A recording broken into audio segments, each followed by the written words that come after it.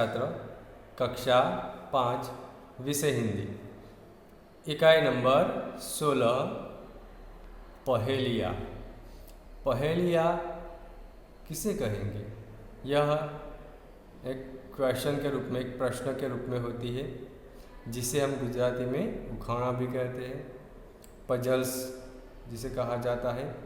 तो यहाँ पर कुछ पजल से उखाणा છે। पहेलियों से हमारे किस हिस्से को ज़्यादा असर होती है, पता है आपको? पहेलियों से हमारे दिमाग पर इसकी असर होती है। जिस तरह से हम अपना शरीर स्वस्थ रखने के लिए, तंदुरुस्त रखने के लिए अच्छा खाने के साथ साथ क्या करते हैं? एक्सरसाइज करते हैं, कसरत करते हैं। उसी प्रकार हमारा दिमाग भी एक अंग है, हमारा शरीर का एक भीतरी अंग, अंदरूनी अंग है। उसे भी कसरत की ज़रूरत है। अगर इसे कसरत नहीं कराएंगे तो वह धीरे धीरे काम करना बंद कर देगा।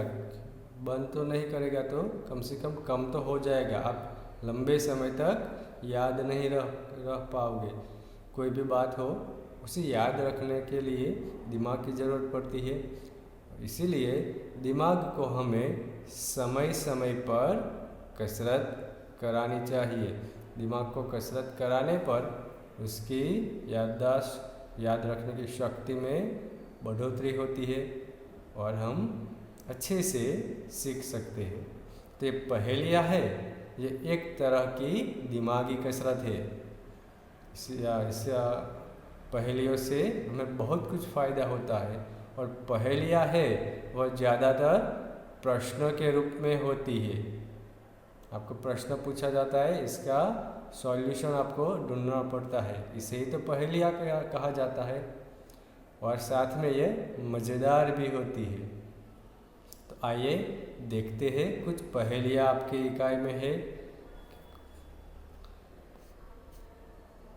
सबसे पहले तो हम इस इकाई में जो है इसके बारे में परिचय देखेंगे। पहेलियाँ सबको पसंद आती है। पहेलियाँ समस्या या प्रश्न के स्वरूप में होती है। तो पहेलियों का स्वरूप क्या है? प्रश्न पूछा जाए तो आपको याद रखना है, पहेलियों का स्वरूप है समस्या या प्रश्न के रूप में। देखिए, यह उनका स्वरूप है, किस रूप में होती है। तो समस्या के रूप में भी हो सकती है या तो प्रश्न के रूप में भी हो सकती है। उन्हें समझना बड़ा रसप्रद है। पहेलियों को सुलझाना, समझना बहुत ही रसप्रद है। आपको आनंद आता है इसमें। पहेलियाँ हमारी विचार करने की शक्ति को बढ़ाती है। पहेलियाँ वह कौन सी शक्ति को बढ़ाती है? विचार करने की, सोचने की शक्ति को बढ़ाती है। तर्क शक्ति, तर्क यानी विचार, तो विचार शक्ति को बढ़ावा देती है और ज्ञान में वृद्धि भी करती है। वृद्धि यानी बढ़ोतरी, ज्ञान आपका बढ़ता है पहेलियों का अभ्यास करने से। तो आइए कुछ पहेलियाँ है वह देखते हैं। सबसे पहली है, गोल गोल घर है मेरा, हर कमरे में रस, जो ही मुंह में रखोगे हो जाओगे मस्त। इस पहेली में क्या कहा है? गोल गोल यानी घर है। कैसा है? गोल गोल घर है। अब सोचो, गोल घर किसका होता है? आपका घर गोल होता है, स्क्वायर में होता है,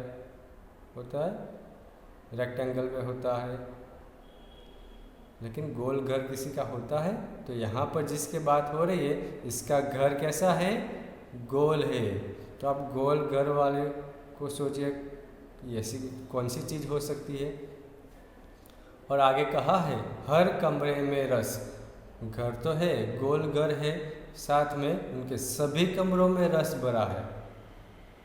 तो घर में हम सामान रखते, बेड होता है, पलंग, बर्तन होते, ये सारी चीज़ें होती है, लेकिन यहाँ तो सभी कमरों में एक ही है, रस। जो ही मुंह में रखोगे, जो ही, जैसे ही आप इसे मुंह में रखोगे हो जाओगे मस्त, एकदम आपको मज़ा आएगा। ऐसी यह चीज़ है तो ऐसी कौन सी चीज़ है जो गोल होती है, उसके हर कमरे में रस होता है, और साथ ही अगर आप इसे मुंह में रखोगे तो आप एकदम मस्त हो जाओगे, आनंदित हो जाओगे। ऐसी कौन सी चीज़ है, मुंह में रखने की बात है तो ज़रूर कोई खाने की चीज़ होगी। तो अब खाने की चीज़ में गोल गोल क्या होती है, और जिसके अंदर रस होता है, नहीं पता? चित्र देखिए, अब पता चला कौन सी चीज़ है, जलेबी।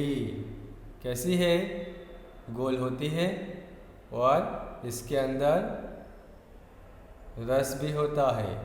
हर कमरे यानी कहीं से भी इसे तोड़ो, इसके अंदर से रस निकलेगा, इसलिए कहा है हर कमरे में रस। और इसे मुंह में रखोगे तो मस्त हो जाओगे, मस्त हो जाओगे ना। ये करेले जैसे नहीं होते कड़ी, ये तो स्वादिष्ट मीठी होती है। तो ऐसे ही पहेलियाँ होती है। अब आगे दूसरी पहेली देखेंगे हम। धरती में मैं पैर छिपाता, आसमान में शीश उठाता, टिकता हूँ पर चल नहीं पाता, पैरों से हूँ भोजन खाता। क्या कहा है, धरती में मैं पैर छिपाता, मैं अपने पैर, अपने पाँव कहाँ पर छिपाता हूँ, धरती के अंदर। बाहर नहीं, हम तो बाहर रखते हैं, लेकिन ये ऐसा है जो अपने पैर धरती के अंदर छिपाता है। आसमान में शीश उठाता, आसमान, आकाश, नभ, गगन।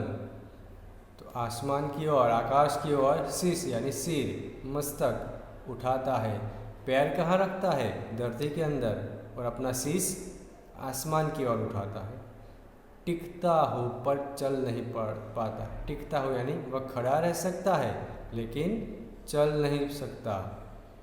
अपने पैरों पर खड़ा रहता है, आसमान की ओर सिर भी उठाता है, खड़ा भी रहता है लेकिन चल नहीं सकता। पैरों से हूँ भोजन खाता। आपने, हम जो है भोजन कैसे खाते हैं, अपने हाथों से मुंह में रखते हैं और मुंह से चबा कर खाते हैं, लेकिन ये तो देखो अपने पैरों से खाता है। पैरों से भला कोई खा सकता है? तो ये कौन सी चीज़ है जो अपने पैर धरती के अंदर छिपाता है, यानी कि अपना खुराक वो धरती के अंदर से ही लेता है। तो ऐसा कौन सा चीज़ वस्तु है, कौन है ये जो पैर अपने धरती में रखता है, सिर आसमान की ओर रखता है, खड़ा रहता है पर चल नहीं सकता, और भोजन भी अपने पैरों से, पाँव से खाता है? कौन है? चित्र देखेंगे तो जल्दी पता चलेगा। क्या है ये? पेड़, वृक्ष। देखो वह खड़ा रहता है और उसके जड़ें कहाँ पर होती है, जमीन के अंदर, जो पेड़ के पैर है। तो पेड़ के पैर कौन है, उनकी जड़। और वह खुराक कैसे लेता है, अपने जड़ों की बदौलत से ही तो लेता है ना। और वह खड़ा रहता है लेकिन एक स्थान से दूसरे स्थान पर नहीं जा सकता, इसलिए कहा है अपने पैर जमीन में रखता है, खड़ा भी रह सकता है लेकिन चल नहीं सकता। तीसरी पहेली है, 3 अक्षर का मेरा नाम। अब यहाँ पर जिसकी बात हो रही है उसका नाम 3 अक्षर का है, 3 ही अक्षर। सिर के ऊपर मेरा स्थान, और उनका स्थान कहाँ है, मनुष्य के सिर के ऊपर। तो हमारे सिर के ऊपर ऐसी कौन सी चीज़ है जो 3 अक्षर से बनती है? अंत कटे तो पग बन जाऊँ। अंत यानी 3 अक्षर का शब्द है, उसका अंतिम वर्ण निकाल दो। कौन सा? अंत, अंत यानी अंतिम, अंतिम वर्ण निकाल दो तो आगे के जो 2 वर्ण बचे उसका शब्द बनता है पग। तीसरा शब्द हमने निकाल दिया, मध्य कटे तो पड़ी रहूँ, और मध्य बीच का शब्द निकाल दो तो पड़ी रहूँ। तो यहाँ पर हमें पूरे शब्द के वर्ण मिल गए। पहले 2 है प और ग, और अंतिम है डी। तो ये क्या है? सिर पर रहती है, अपने सिर पर पगड़ी। कहाँ पर पहनते हम? सिर पर पहनी जाती है। और पगड़ी 3 अक्षर हो गए। अगर इसका अंत यानी प ग डी, डी निकाल दो तो पग हो गया। बीच वाला शब्द निकाल दो पग, तो ग निकाल दो तो प, और अंतिम डी पड़ी हो गया, पड़ी। तो इस तरह से भी आप और भी पहेलियाँ बना सकते हैं। चौथी पहेली है, पहाड़ है पर पत्थर नहीं। आप तो यहाँ पर सोचना पड़ेगा, पहाड़ है, पर्वत है, लेकिन पत्थर नहीं है, ये कैसे हो सकता है? बिना पत्थर के बोला, आपने किसी पहाड़ को देखा है, पर्वत को देखा है, भले छोटा हो लेकिन उसमें पत्थर तो होता ही है। लेकिन यहाँ पर क्या है? पहाड़ है, पर्वत है, लेकिन इसके अंदर पत्थर नहीं है। नदी है पर जल नहीं, ये तो संभव ही नहीं। नदी है तो जल तो होगा ही। जल यानी पानी, वारी, सलिल, ये उनके समानार्थी शब्द हुए। जहाँ नदी है वहाँ पानी तो होना ही चाहिए, लेकिन यहाँ पर कहा है नदी है लेकिन इसमें पानी नहीं है।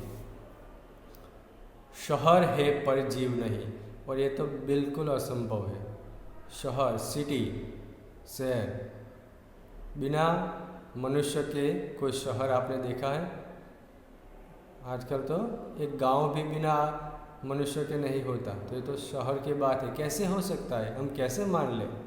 ये नहीं हो सकता। जंगल है पर पेड़ नहीं। और लो आगे सुनो क्या कहा है? जंगल है पर पेड़ नहीं।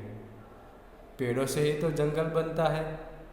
जहाँ बहुत सारे पेड़ होते हैं उसी तो जंगल कहते हैं। तो ये बिना पेड़ का जंगल कैसे हो सकता है ना अजीब। अब सोचो, ऐसे कौन सी वस्तु है जो ये सब है लेकिन उसका जो अस्तित्व है वो नहीं है। अस्तित्व यानी पहाड़ है, पत्थर नहीं है। बिना पत्थर का पहाड़ है, बिना पानी की नदी है, बिना जीव के शहर है, और बिना पेड़ के जंगल। तो ऐसी कौन सी वस्तु है? सोचो, चलो बताओ अब कहाँ पर ये सब हो सकता है? नहीं पता? चित्र को देखो क्या है। चित्र को देखकर आप बोलेंगे भारत। हाँ, ये भारत है, हमारा देश है, लेकिन इसे हम क्या कहेंगे? नक्शा कहेंगे। और नक्शा का समानार्थी शब्द याद रखना है मानचित्र। इसे मानचित्र भी कहा जाता है। नक्शे को मानचित्र कहा जाता है। अब नक्शे को देखिए, इसके अंदर पहाड़ दर्शाए जाते हैं, होते या नहीं? पहाड़ भी होते, क्या उसमें पत्थर होते हैं? नहीं होते। नदी भी दर्शाई जाती है, उसमें पानी होता है? नहीं होता है। शहर बताए हैं, उसमें जीव होते? नहीं होते हैं। जंगल भी होते हैं, क्या उसमें पेड़ होते हैं? नहीं होते हैं। तो इस तरह से यहाँ पर इस पहेली का उत्तर है नक्शा, और नक्शे का समानार्थी शब्द है मानचित्र।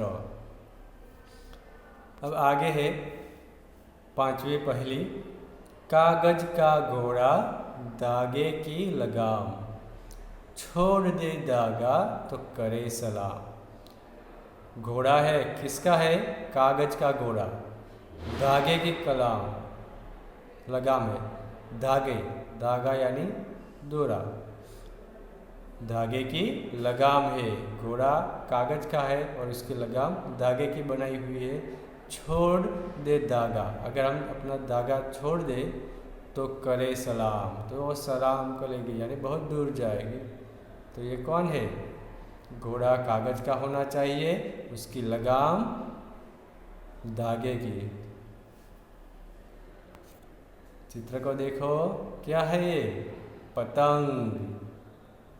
तो ये पतंग किसकी होती है? कागज की, यानी ये घोड़ा है कागज का, और उसकी लगाम यानी उसे हम कैसे चलाते हैं? घोड़े को नाक में से जो धागा बांधा है, डोरी बांधी है, उसी के बदौलत हम चलाते हैं। तो यहाँ पर पतंग की लगाम कौन है? धागा। अगर हम धागा छोड़ दें जगह को धीरे धीरे छोड़ना शुरू करे तो करे सलाम बहुत दूर तक जाएगी, है ना। तो इस तरह से यहाँ पर कुछ पहेलियाँ है। ऐसी मज़ेदार पहेलियाँ आप अपने मम्मी पापा से, दादी से, बहन से या अपने मित्रों से भी सुन सकते हैं, उसे बता सकते हैं। और इस तरह से मज़ेदार पहेलियों के जरिए आप आनंद भी उठा सकते हैं, साथ में अपने दिमाग की कसरत भी करा सकते हैं। तो मज़ा आया ना पहेलियों को सुनकर, इसे सुलझाने में तो बहुत ही मज़ा आता है। तो ऐसे ही मज़ेदार पहेली आप ढूंढकर कहिए, मित्रों को कहिए, अपने परिवारजनों को कहिए और नई नई पहेलियाँ सुनिए और इसे सुलझाने की प्रैक्टिस करिए। इससे आपके दिमाग को कसरत मिलेगी, दिमाग तेज होगा और आप बहुत ही अच्छे अंक प्राप्त कर पाएंगे। ठीक है, धन्यवाद।